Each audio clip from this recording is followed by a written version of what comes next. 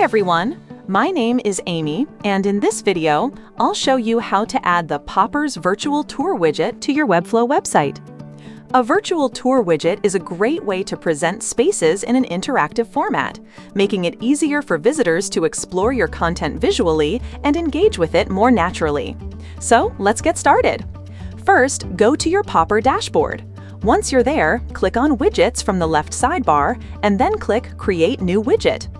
Now, search for Virtual in the widget library and open the widget. After that, choose a layout according to your preference, and the widget editor will open. On the right side, you'll see the preview, and on the left side, you'll see the settings panel. In the Content tab, you can add different scenes by clicking Add Scene.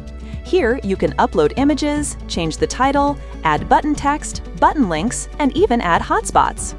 Next, go to the Templates tab, where you can change the template. In the Style tab, you can adjust the brand colors and settings like autoplay, show controls, and grab slide. Once you're happy with the customization, click Publish Widget. After that, copy the code and go to your Webflow site editor.